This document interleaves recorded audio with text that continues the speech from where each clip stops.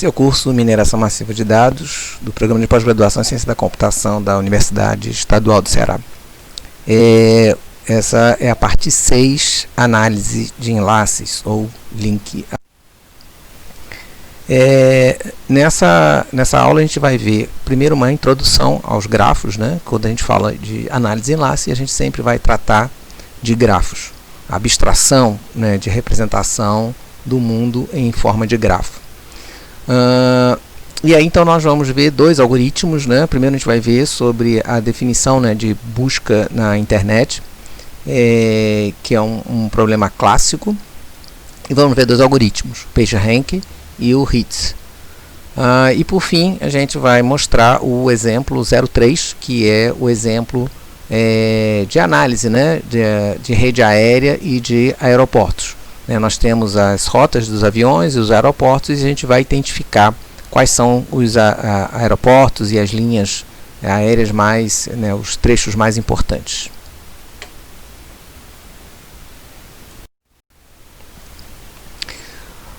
Voltando ao nosso gráfico geral aqui, né, nosso gráfico de apresentação, os dados, né, de grafo, né, a gente tem uma categoria, né, de algoritmos que trata de grafos, da modelagem de grafos, e nós vamos tratar aqui do PageRank e o SEMrush, né, que é quando você faz o ranqueamento de páginas, né.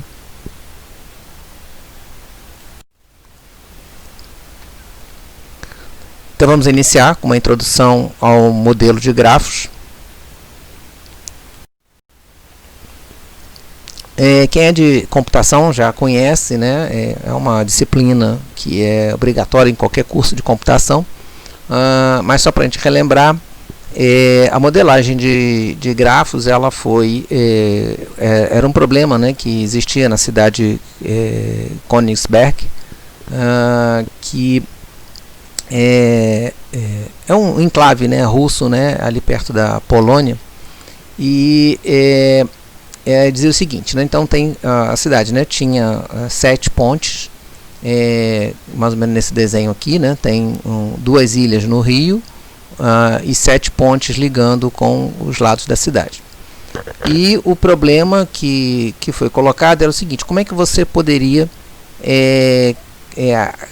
atravessar todas as pontes apenas uma vez e conseguir atravessar todas elas, né? Então você pode fazer, por exemplo, aqui, ó, você pode vir por aqui, pode vir por aqui, pode passar por aqui, pode passar por aqui, pode passar por aqui, e aqui passa por aqui. Opa, não consegui passar por essa ponte. E se eu passar por aqui? Opa, não vou conseguir passar por essa, né? Então esse era um problema, um problema de vários séculos, e que ele foi resolvido por Euler em 1735.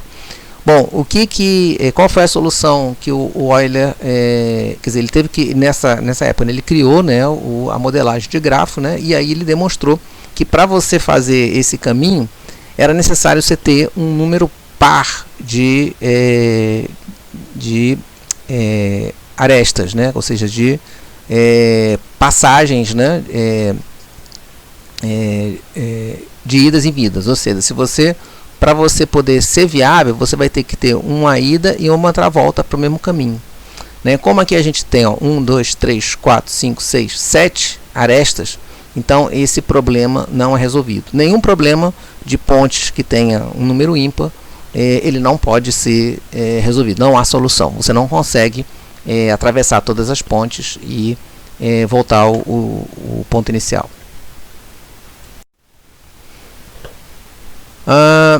Então a modelagem do grafo, né, você tem essas duas instâncias, que são os vértices e as arestas. Aqui está em inglês, quer dizer, representado edge, né, vértices e edges. E então a gente tem os vértices, né, V1, V2, V3, V4 e V5, e as arestas, elas vão conectar um vértice a outro. Então a gente tem, por exemplo, aqui uma aresta V1, V2, onde a gente liga o ponto V1 ao ponto V2. Tem uma aresta V2, V5, a gente vai ligar o ponto V2 ao ponto V5. E a gente tem, por exemplo, uma aresta V5, V5, que é essa aresta aqui, que ela liga o ponto V5 a ele próprio.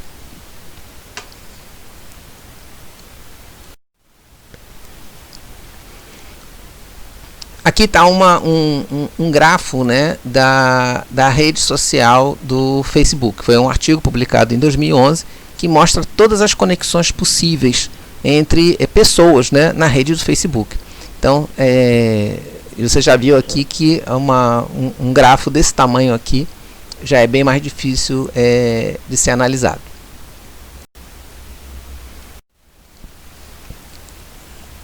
Aqui um grafo um pouquinho mais científico, né, digamos assim, né? Esse grafo aqui ele mostra a citação, né, de artigos conforme a área de cada artigo que foi publicado.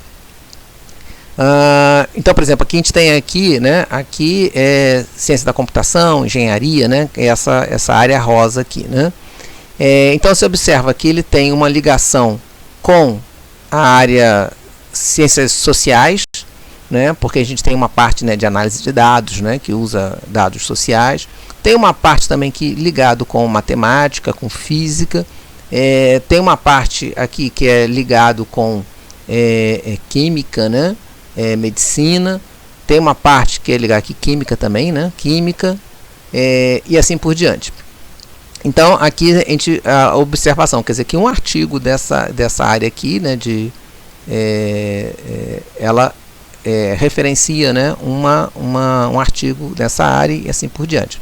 Então com isso a gente demonstra, né, que algumas áreas elas estão mais próximas. Por exemplo aqui, né, médica com infecções, biologia, biotecnologia, tudo isso aqui estão muito mais próximos do que aqui humanidades e ciência da Terra, por exemplo, né? Então um gráfico desse aqui ajuda, né, a analisar as relações entre os grupos.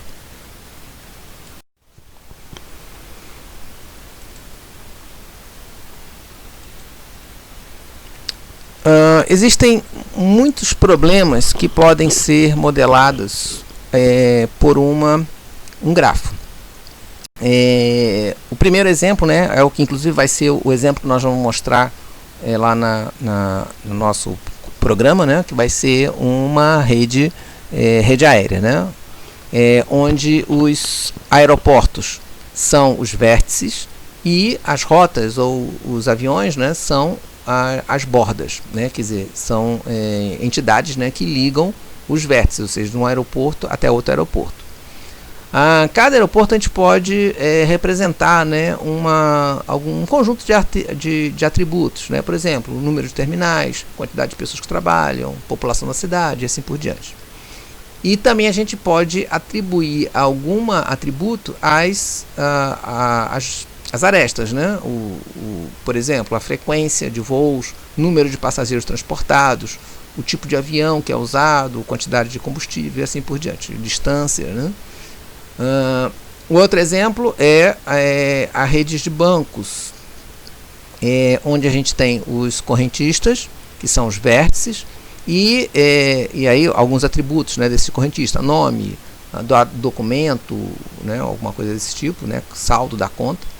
E tem as transações, que são as relações entre dois correntistas, né, onde a gente pode ter algum tipo de atributo, como valor, tipo de transação, hora de realização, local e assim por diante.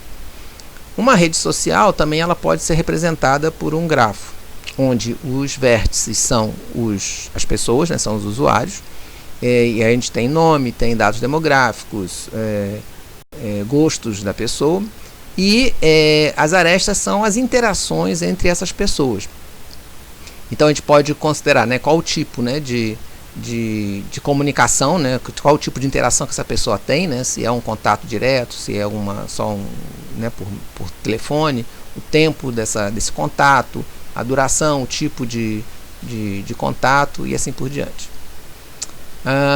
Se a gente analisar, né, uma rede, né, de médicos, né, a gente pode representar, né, os vértices como os médicos, né, e aí a gente pode ter, por exemplo, especialidade, experiência, o tipo de associação, né, filiação, né, um plano de saúde, assim por diante. E as arestas são pacientes, onde a gente pode ter um diagnóstico de história, né, a frequência de visita aos médicos, o objetivo, né, a necessidade, né, e assim por diante. Então a gente consegue ter uma visão geral de toda a relação entre pacientes e médicos.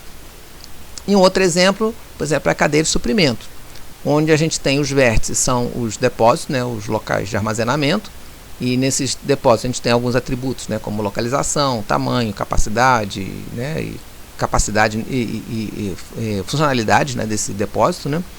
E as arestas são os caminhões ou, né, o meio de transporte, né, capacidade de carga de caminhão, quantidade de rodas, ano de fabricação, né, e outros dados que a gente pode classificar o tipo de transporte. Mas resumindo, cada problema real que a gente vai encarar, a gente vai analisar se existe alguma interação entre eles, né? Basicamente o grafo ele representa objetos que têm alguma interação com o outro, e no qual essas interações são relevantes para você analisar o objeto de pesquisa. Então você vai analisar o seu problema, vai definir quem são os vértices, quem vai ser as arestas, e aí então vai criar a modelagem de grafo. Ok, mas só que o grafo ele tem um problema sério, né? E aí vamos relembrar aqui o problema do caixeiro viajante, que é um problema clássico também na área da computação, a gente sempre estuda. É um problema que não tem uma solução eficaz, eficiente, né? E ele decorre lá daquele problema do Euler, né? Quando ele propôs a modelagem do grafo, né? Então, o que diz o problema do caixeiro viajante, né? Qual o caminho que deve fazer um caixeiro viajante que parte de uma cidade, deve visitar todas as cidades, né, possíveis, né, e retornar à cidade de origem no menor tempo ou menor distância possível? Então, qual é a solução que a gente tem para resolver esse problema? É calcular todas as distâncias de todos os caminhos possíveis e escolher qual é o menor caminho, né? E aí seria o melhor trajeto, né, que esse caixeiro faria, né? Esse é o típico problema, né, de logística, né, onde você tem um caminhão que vai fazer uma série de entregas numa determinada região e você quer que ele faça no menor tempo possível, né, e na menor distância possível, para gastar menos combustível e conseguir entregar tudo eficientemente, né? Porém, o que acontece, né? O tempo para você calcular essa distância é da ordem de n fatorial. Por quê? Porque a cada ponto que você escolhe, você tem n menos 1 opções para escolher. Então, quer dizer, qualquer que seja o caminho que você faça, você sempre tem um tempo, né, de cálculo, né, que é da ordem de n fatorial. Esse exemplo aqui, né, esse exemplo que a gente tem aqui são 5 pontos, né, e aqui são as distâncias. Então a ideia é que a gente parta de um ponto e a gente trace todos os caminhos e consiga a menor distância possível. Então vamos calcular.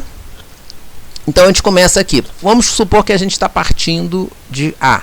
Então a gente faz um caminho, ó, A, B, C, D, E e A, né? Então a gente vai percorrer todos as arestas, todos os vértices, né? E vai retornar ao A. Então, se você calcular isso daqui, a gente vai ter aqui 175, 121, 174, 199, 173, então dá um total de 812 quilômetros, por exemplo, né? O que a gente tem interessante é que se a gente fizer o caminho inverso, vai ser igual, né? Se eu fizer, em vez de começar de A e ir para B, eu começar de A e ir para E. Então, A, E, D, C, B e A também vai ser a mesma distância. Então, vamos calcular o outro aqui. A, B, C, E, D e A. Então, tem 770, um pouquinho menor. A, B, C, D, E, tal, 762, né? Então, a gente vai calculando cada um dos caminhos possíveis, né? Então sempre tem, você tem o primeiro, depois você tem o segundo, tem o terceiro, aí você vai alternando, né?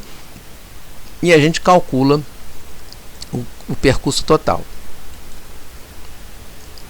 Bom, a nossa resposta, o melhor caminho, é essa caminho aqui, A, D, B, C, E e A, ou o inverso, né? A, E, C, B, D e A, no qual a gente consegue ter uma distância de 676 km.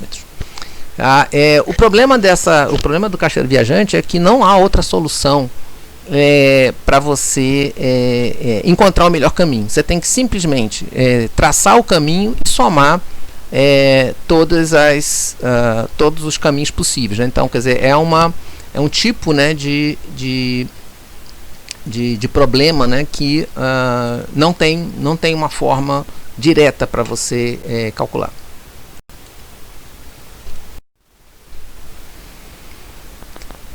E qual é o problema do caixeiro viajante, né? Aqui a gente vê um probleminha simples, né, onde a gente tem 5 nós, né? Então aí a gente vai ter n-1 fatorial rotas, né? A gente tem 24 rotas possíveis, e a gente, considerando que a gente tenha uma capacidade de cálculo, né, 250 milhões de rotas por segundo, então o tempo total para calcular o melhor caminho é insignificante. Agora vamos supor, no caso, que a gente tenha 10 pontos, ou seja, tenha 10 vértices, ou seja, o dobro de vértices. Vamos supor que agora a gente vai ter um cálculo, né? A gente vai cair nosso cálculo de rotas, porque agora a gente tem 10 nós para ser traçado, né? São 10 possibilidades, né? Então agora a gente vai calcular 110 milhões de rotas por segundo. A gente vai ter uma quantidade de rotas possíveis, 362.880 rotas, e o tempo de cálculo vai ser 0,003 segundos. É um tempo bastante curto, que praticamente não vai se notar. Vamos aumentar um pouquinho, vamos passar para 15 nós, né? Ou seja, aumentei mais 5, passei de 5 para 10, o tempo foi insignificante. Agora vamos passar de 10 para 15.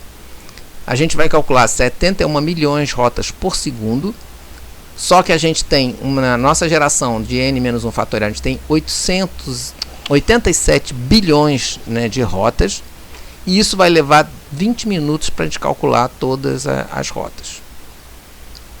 Então a gente já partiu, né, de 0,03 segundos, só com o aumento de 5 nós, a gente partiu, né, de 5 vértices, a gente partiu de 0,003 para 20 minutos. Mas a coisa agora vai ficar pior. Vamos contar agora para 20 nós. A gente vai calcular 53 milhões de rotas por segundo, só que o nosso número de rotas totais vai ser 1,2 vezes 10 a 17. É alguma coisa extremamente alta. E isso aqui vai levar 73 anos para a gente calcular o caminho mais curto.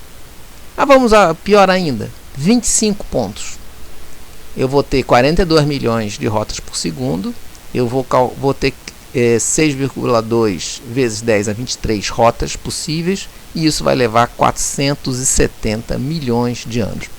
Tá? Então, vocês observam, né, que como a gente tem um n fatorial, O de n fatorial, o tempo ele cresce numa exponencial enorme, né? Então é impossível a gente calcular. Agora você imagina, a gente vai calcular a rota, né? Vocês imaginam qualquer empresa de logística, né? Para calcular o caminho mais curto de uma entrega, de 20 entregas num dia, é uma coisa relativamente pequena, né? Você calcular, programar, né, uma rota de 20 locais. Você levaria, para achar o caminho mais curto, 73 anos.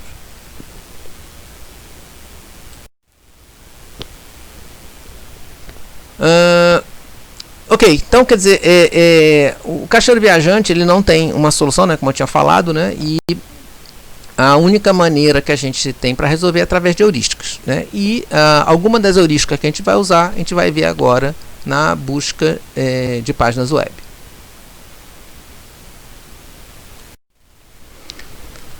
Bom, quando a gente vai fazer uma busca na web, a gente tem dois desafios principais. O primeiro é que na internet a gente tem muitas fontes de informação. E qual delas que a gente vai acreditar? Quer dizer, qual delas que é confiável, né?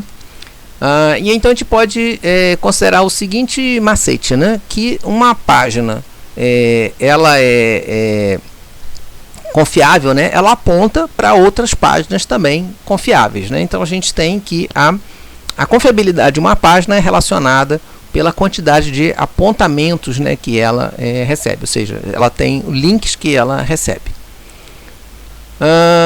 E outro desafio, né, como é que a gente vai escolher a melhor resposta, né, quando a gente faz uma pergunta? Por exemplo, jornais. Isso aí não é uma resposta muito simples, né? Qual o jornal que a gente vai escolher? Mas a gente tem mais também um outro macete. Todas essas páginas que sabem, né, sobre jornais, eles vão apontar para muitos outros jornais. Então, quer dizer, uma página sobre jornalismo, né, ela vai ter uma grande quantidade, né, de apontamentos para jornais.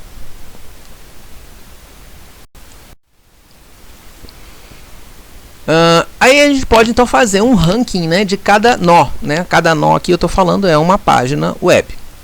E claro que a gente sabe que nem toda página web são igualmente importantes. E aí, então nós pegamos aí dois exemplos, né? A página do Joe Small, né? Sei lá se um aluno, né? Um aluno lá de Stanford, né? E a página da Universidade Stanford.edu.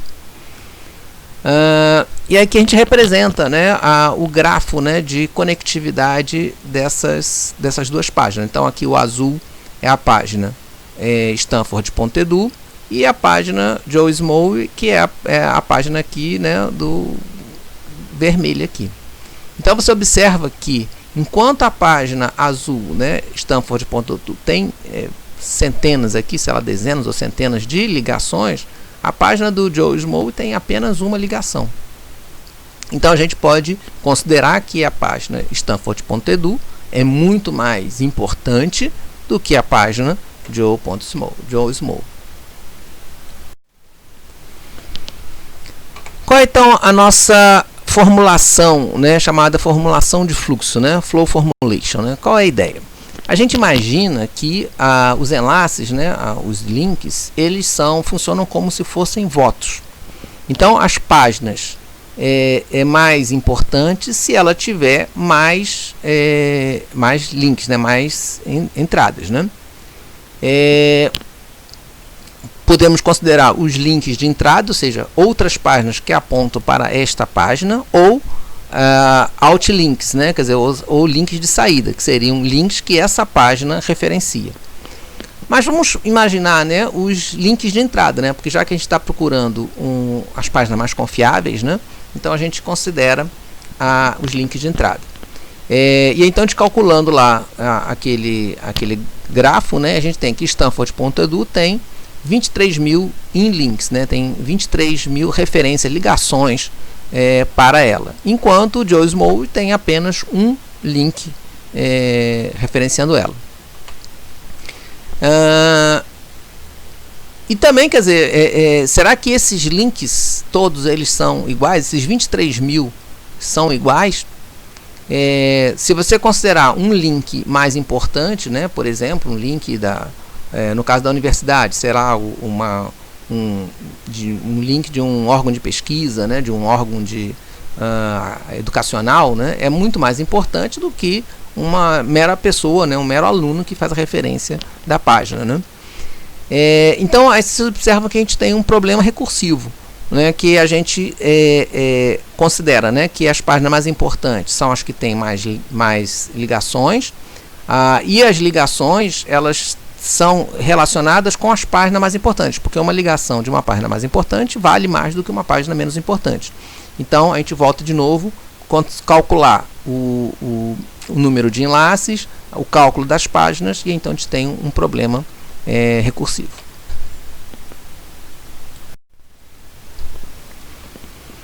Bom, vamos ver aqui, né, um exemplo, né, do PageRank, né, o Ranking Score, né, que a gente chama PageRank Score. E a gente tem aqui páginas B, onde ela tem uma série de links, né, de enlace de entrada, e aí então ela tem uma importância 38.4.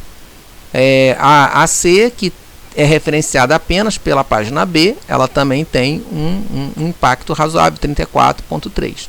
E a gente tem algumas páginas aqui, por exemplo, que não tem nenhum link de entrada, mas elas têm links de saída, né? Tem links para a página B e página E. Então a gente tem essas páginas não são muito importantes, mas elas aumentam a importância de cada uma dessas páginas. Tá, então, basicamente, o que a gente tem no PageRank é classificar todas as páginas e calcular a importância de cada uma delas, baseados na importância de cada página que referencia e o total de ligações que ela recebe.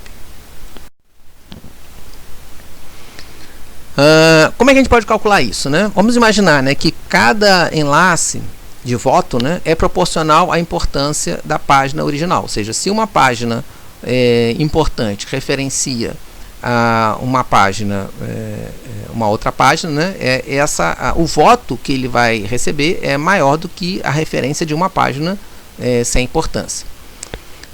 Então vamos analisar aqui essa página J aqui. A página J, ela tem uma importância RJ e tem N links de saída, né? Então cada link de saída vai ter RJ dividido por N. Então vocês veem aqui que a página J, ela tem 3 links de saída, essas azulzinhas claras aqui, e cada uma delas vai ser RJ dividido por 3. Então quer dizer, se uma página faz muita ligação, faz muita referência a outras páginas, a contribuição individual é menor do que ela ter apenas uma ligação. Agora a página J, ela é referenciada por outras duas páginas, a página I e a página K. A página I tem 3 links de saída. Então a contribuição da página I para a página J é RI dividido por 3. A página K tem 4 links de saída. Então a relevância, né, a importância da página, a contribuição, né, da página K para a página J é RK dividido por 4. Então o RJ vai ser igual a RI dividido por 3 mais RK dividido por 4. Aí esse valor então é recalculado, você tem os RIs aqui, os RJs, né? Aí você recalcula e aí então a gente vai recalculando, né, concorrentemente todos os pesos, né, de cada página até ela convergir para um valor.